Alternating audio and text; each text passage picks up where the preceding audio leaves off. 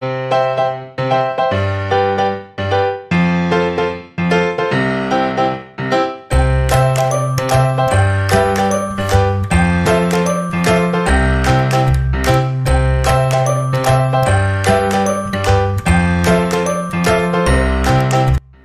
adik-adik, apa kabar semuanya? Ketemu lagi dengan Kak Febri di channel Sigma Smart Study.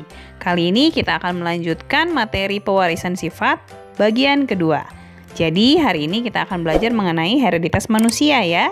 Tapi sebelumnya jangan lupa di subscribe channelnya ya, lalu like dan share videonya kepada teman-teman supaya kita bisa belajar bersama dari mana aja.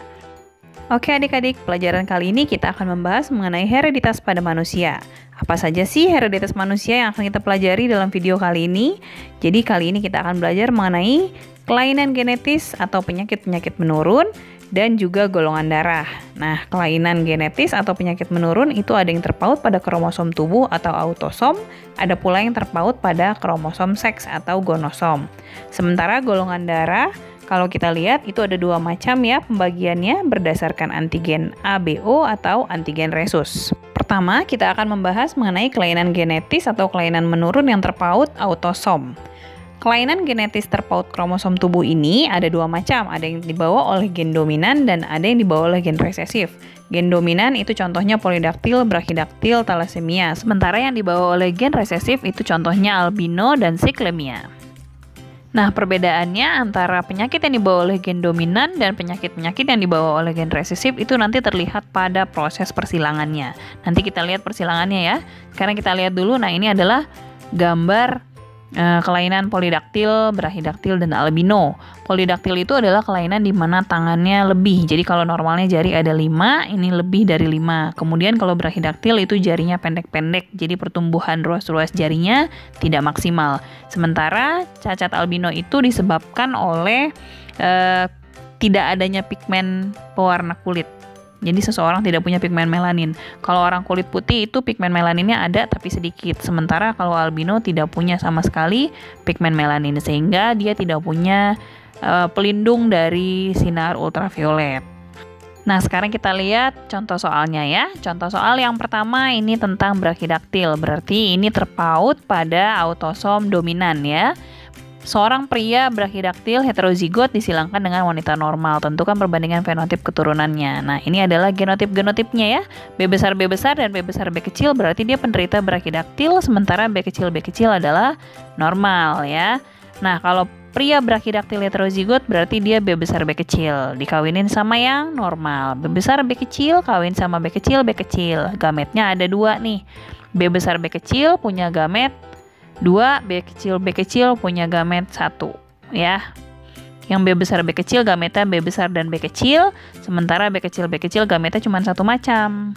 Lalu kita masukin deh ya masing-masing gametnya. B kecil kita masukin ke dalam tabel yang sebelah kiri ya, kolom sebelah kiri.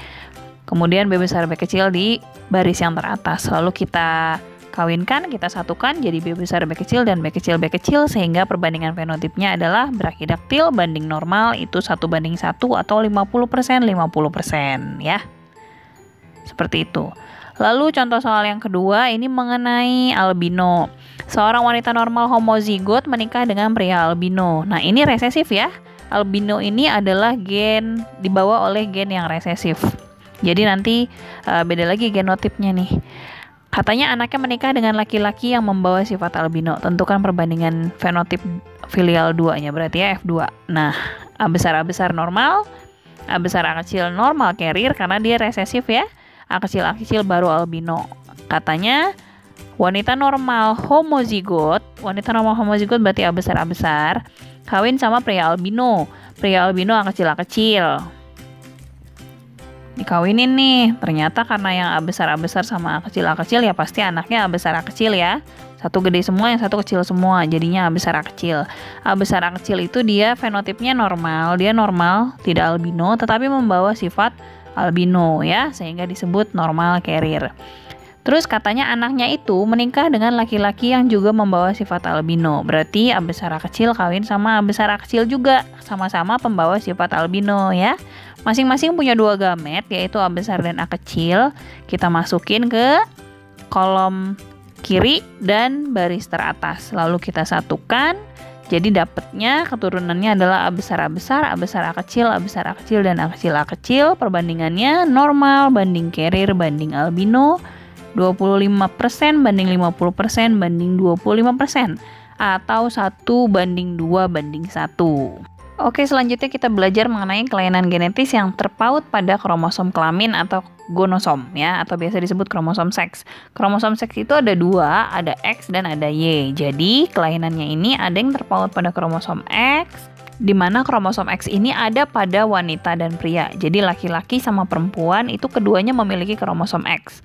Ada juga yang terpaut kromosom Y. Nah, kalau kromosom Y ini hanya ada pada laki-laki. Jadi contohnya dulu nih, kromosom X itu buta warna hemofilia. Kalau yang terpaut kromosom Y, hipertrikosis, webtos, dan histix gravier yang hanya bisa terjadi pada laki-laki ya, karena kromosom Y hanya ada di laki-laki. Nah, ini mungkin kalian belum tahu yang namanya hipertrikosis, webtos, dan histix gravier ya. Kalau hipertrikosis itu dia rambut yang tumbuh di tempat-tempat yang seharusnya tidak ada rambut. Webtos itu jari berselaput.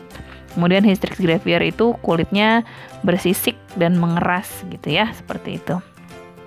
Ini hanya ada terjadi pada laki-laki. Jadi kalau misalkan bapaknya menderita hipertrikosis, itu anak laki-lakinya pasti akan menderita hipertrikosis juga. Kenapa? Karena terpaut kromosom Y. Kromosom Y anak laki-laki pasti dapat dari bapaknya. Yuk kita lihat ya.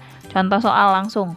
Seorang laki-laki normal menikah dengan perempuan normal yang ayahnya buta warna. Nah, ini kita tahu dulu nih genotipnya ya. XX itu perempuan normal, XXCB berarti perempuan normal tapi membawa sifat buta warna, XCB berarti perempuan buta warna, XY itu laki-laki normal, dan XCBY laki-laki buta warna. Yang kawin laki-laki normal berarti XY sama perempuan normal yang ayahnya buta warna. Perempuan normal yang ayahnya buta warna itu maksudnya gimana? Berarti dia perempuan carrier, perempuan pembawa sifat ya, pembawa sifat buta warna. Jadi XY kawin sama XCB, kita masukin di baris atas dan kolom sebelah kiri gamet-gametnya masing-masing ya. XY di atas, XCB di kiri. Ini mau di atas mau di kiri bebas tempatnya adik-adik ya. Terus kita satuin, dapat keturunannya XX, XY, XXCB, dan XCBY. Jadi fenotipnya adalah XX itu perempuan normal, perempuan carrier XXCB, kemudian laki-laki normal XY, dan XCBY laki-laki buta warna. Semuanya 25%. 1:1:1. Kemudian sekarang kita ke hemofilia. Laki-laki hemofilia menikah dengan perempuan normal. Oh iya, buta warna sama hemofilia itu dibawa oleh gen resesif ya, makanya digambarin dituliskannya pakai huruf kecil, CB dan H itu ditulis dengan H kecil dan CB kecil. Ini genotipnya nih. Jadi kuncinya untuk hemofilia dan buta warna, kalian harus hafal nih genotipnya ya. Perempuan normal XX, perempuan normal carrier hemofilia berarti XXH, dan seterusnya itu kalian harus tahu. Nah, ini laki-laki hemofilia XHY menikah dengan perempuan normal. Perempuan normal itu XX ya. Bagaimanakah kemungkinan anak mereka? XHY gametnya adalah XH dan Y. Kemudian XX, sebetulnya gametnya cuma satu macam ya, X doang, tapi kita tulis dua kali aja nggak apa-apa, X dan X. Kita silangkan, dapat anak-anaknya adalah XXH, XXH, XY, dan XY. Cuma dua macam. XXH itu perempuan carrier, XY adalah laki-laki normal. 1:1 atau 50% banding 50%. Jadi mudah ya adik-adik, asal kalian hafal genotipnya, oke? Nah, selanjutnya kita lihat yang terpaut Y ya. Terpaut Y ini hanya bisa terjadi pada laki-laki nih. Seorang laki-laki hipertrikosis menikah dengan perempuan normal. Hipertrikosis itu juga dibawa oleh gen resesif tapi terpaut kromosom Y. Bagaimanakah kemungkinan anak-anak mereka? Nih kita lihat dulu nih genotipnya. Genotip laki-laki hipertrikosis itu adalah X. Terus ada yang terpaut gen hipertrikosisnya adalah HT gitu ya. Terpaut pada kromosom Y. Jadi XY aja berarti laki-laki normal, kalau XYHT berarti laki-laki hipertrikosis. Terus yang dikawinin siapa katanya yang nikah? Yang nikah adalah laki-laki hipertrikosis XYHT. Nah, ini ya. Kemudian menikah dengan perempuan normal. Perempuan normal itu XX. Udah deh, kita cari gametnya, taruh gametnya di kolom teratas, di kolom kiri dan baris teratas tabel. Kita silangkan ya, X, Y, H, T, X, X. Nah, kita silangkan dapat keturunannya adalah 2 macam doang. XX itu perempuan normal, dan anak laki-lakinya semuanya adalah hipertrikosis ya. Seperti yang tadi kakak bilang, kalau bapaknya itu punya kelainan terpaut Y, pasti anak laki-lakinya akan membawa kelainan tersebut juga. Karena kromosom Y pasti akan turun dari bapak ke anak laki-lakinya ya. Jadi fenotip keturunannya ini adalah perempuan normal dan laki-laki hipertrikosis 1:1. Oke, selanjutnya kita bahas golongan darah. Nah, golongan darah itu ada 2 tipe. Kita lihat ada yang tipe ABO dan tipe rhesus. Pada penggolongan tipe ABO ada golongan darah A, B, AB, dan O ya.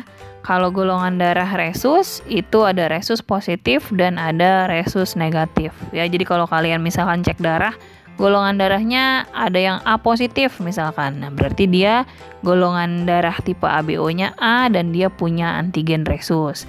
Ada yang O minus, berarti golongan darah ABO-nya itu adalah O dan tidak punya antigen rhesus gitu ya.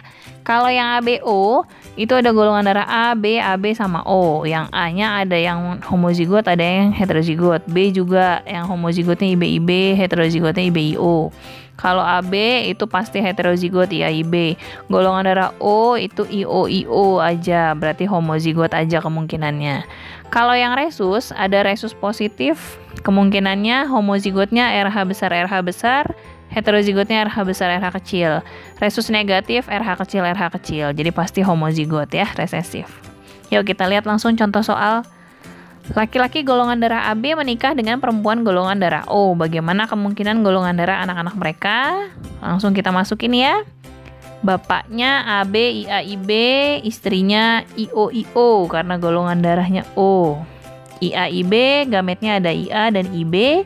IOIO, gametnya hanya IO saja ya, satu macam. Langsung kita kawinin, dapat IAIO dan IBIO. Jadi kemungkinan golongan darah anak-anaknya adalah A dan B. 1:1 atau 50%, 50%. Itu peluangnya ya.